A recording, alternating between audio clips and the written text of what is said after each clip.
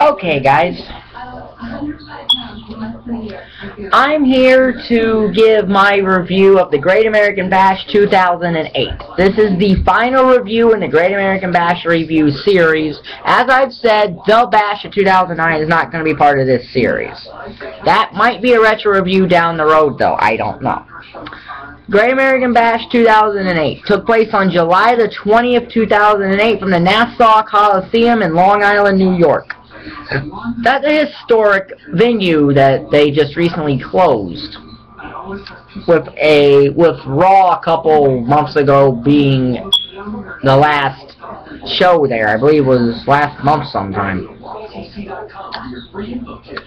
So, our opening contest of an 8-match card. Fatal 4-way match for the WWE Tag Team Championship. John Morrison and The Miz versus Finlay and Hornswoggle versus Jesse and Festus versus Curt, Hawkins and Zack Ryder.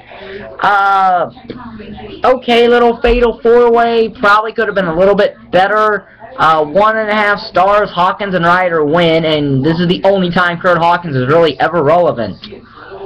And Zack Ryder didn't really get relevant until his YouTube show of True Long Island Story. But I bet most of you don't even know Hawkins and Ryder were tag team champions anymore. But they were. They won this match in a fashion where Jesse's on the top rope, Ryder pushes him, Hawkins pushes him off and makes the cover. So it's kind of an odd little how they won. But 1.5 stars. An okay match. Nothing special, though. So then we get the WWE United States Championship match. Matt Hardy versus Shelton Benjamin. Good match. 2 stars. Shelton wins with pay dirt after I think Matt hit his head on a turnbuckle or something. This essentially got the ECW title back to, the US title back to SmackDown after Matt Hardy had taken it there with the draft. Which, speaking of which, I probably should talk about the 2008 draft a little bit, shouldn't I? I don't remember everyone who was drafted in that draft. I know certain ones. I know that Rey Mysterio, Batista, Kane, they all went to Raw. There were some other ones, but I don't remember the ones. I don't remember all the draft picks there. I know that Triple H, Jeff Hardy, Umaga, and Mr. Kennedy went to SmackDown. And I know that Matt Hardy was the lone ECW draft pick that was on the televised Raw. Now, again, I don't remember the entire 2008 WWE draft because I can't find the entire thing on YouTube, so unless they put that on WWE Network, I haven't bothered to look, actually, so. But, like I said, okay match, 2 stars. With Shelton Benjamin winning. So then we get the ECW Championship match. Mark Henry versus Tommy Dreamer. Tommy Dreamer has Colin Delaney with him. Colin Delaney. Remember him? I don't think anyone does. He was just some basic jobber on ECW and didn't ever do anything. Henry wins. Finish comes. The Dreamer's on the second rope. He's doing his ECW thing. Colin Delaney yanks his arm off and puts him into the World's Strongest Slam. I'm guessing it was supposed to lead to a Tommy Dreamer, Colin Delaney feud, but the WWE fired Colin Delaney shortly after this, if I remember correctly. So Mark Henry won. So then we get Chris Jericho versus Shawn Michaels.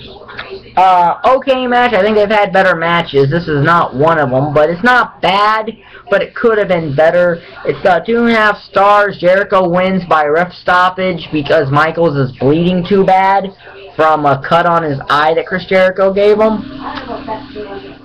So 2.5 stars. Could have been better, though. Could have been better. So then we get the first ever WWE Divas Championship match, as it's Michelle McCool versus Natalya. 1 star. Could have been better if it was given maybe 5 more minutes, maybe. Could have been a little bit better of a match. And I think that Natalya probably should have won this match. So, 1 star. So next match, World Heavyweight Championship match, CM Punk versus Batista. Punk had gone to Raw 2 in the 2008 draft. And then the day after Night of Champions, he won the World Championship. So this is a match with Batista here. 2 stars. Okay match.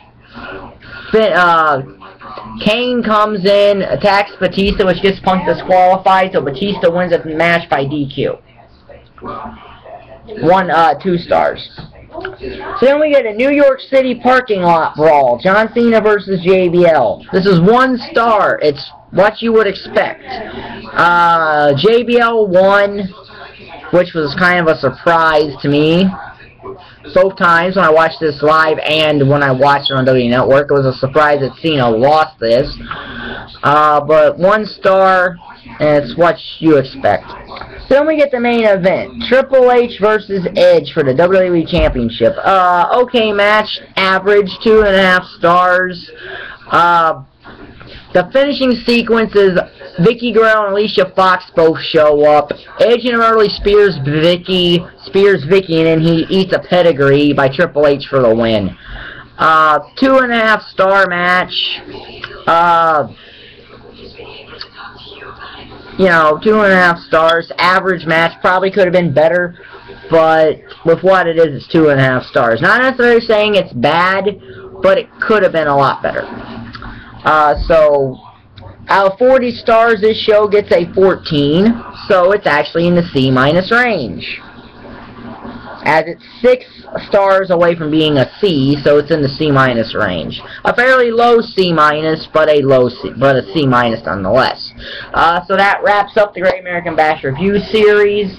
I will be back tomorrow sometime to upload my next review, which is a retro review. It's a retro review of In Your House 8, which was International Incident. I'll upload that tomorrow, and other than Power Ranger reviews or things like that, wrestling shows will be retro reviews until my SummerSlam review series starts in August.